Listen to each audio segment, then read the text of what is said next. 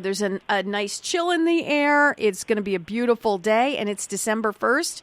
We have 24 more shopping days. The countdown's on. The countdown has begun. Dr. Jaimie from Cinema Vet, you know her, you love her. She's got a great team over on Cinema Drive. I've got some questions, not COVID related, but there's all this talk about the COVID vaccine for humans.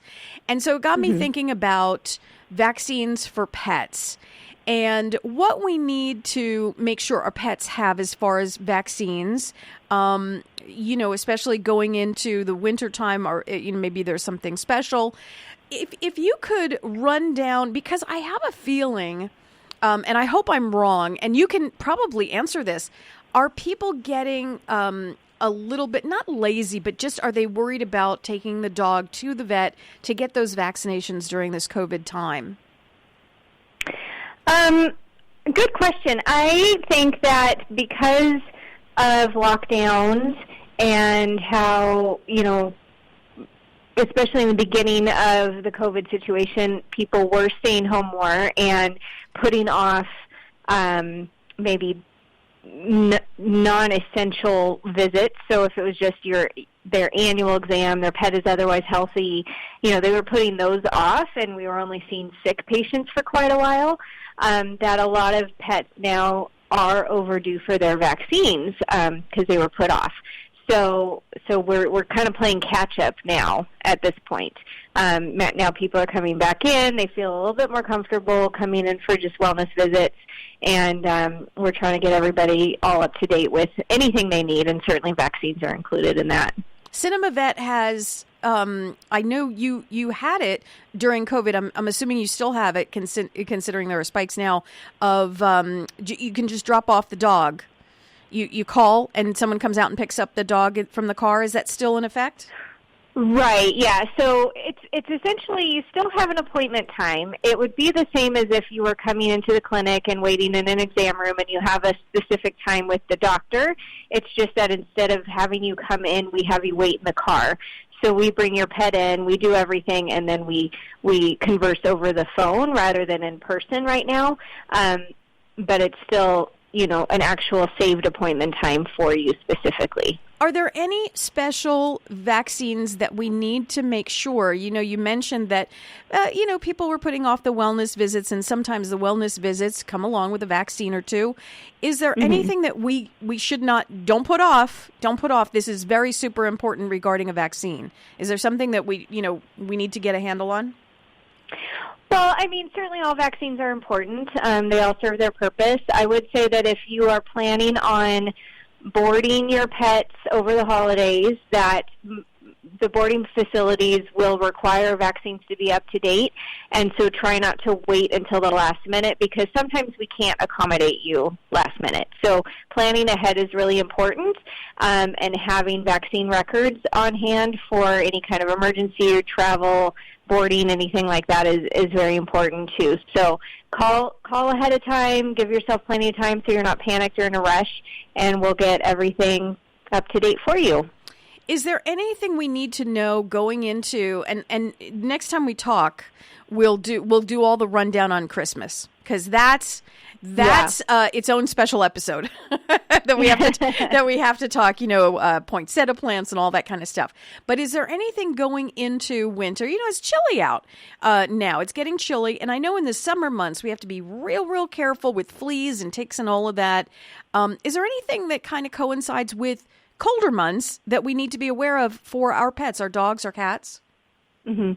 Well, we're lucky that we don't get really hard freezes here. We don't get snow, really harsh weather.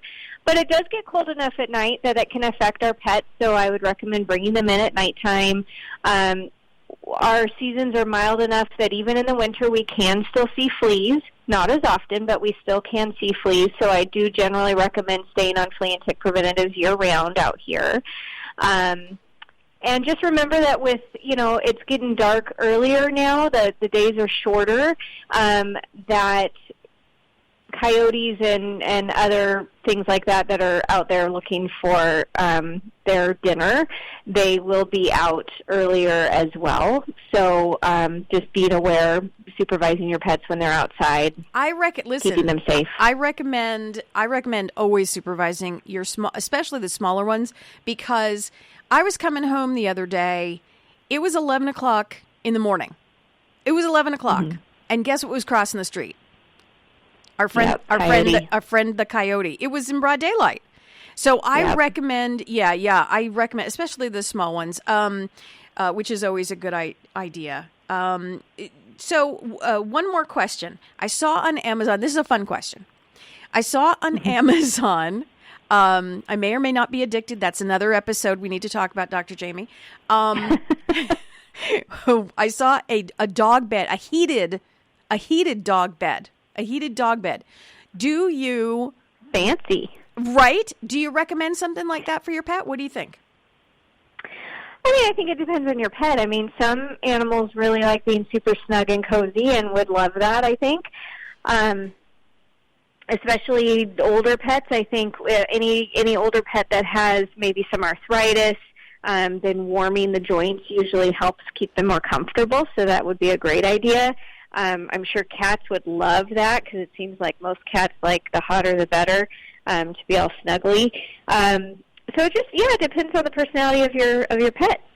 Because my dog, she's 14, and as soon as we have an electric throw for the couch, and as soon as she hears that click, she's jumping on the couch. She wants part of that electric throw. So I was just wondering if it's good for dogs, or if there's any kind of hazard involved that you can see. But if the older dog, she is an older dog, so maybe that's why she likes to warm her bones. She likes to warm her bones. Yeah, absolutely.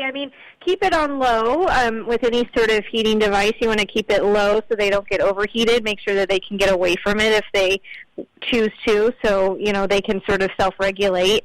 If you have a really old pet that has really bad mobility, that has a hard time getting up and out of beds and things that are super squishy, then that might not be the best thing for them, because you want them to be able to self-regulate, keep comfy. And good point. Very good point. Dr. Jaimie Ronchetto at CinemaVet. It is cinemavet.com, located where? On Cinema Drive, of course. I have a phone number here. Is this the best number to get a hold of you, 253-9300?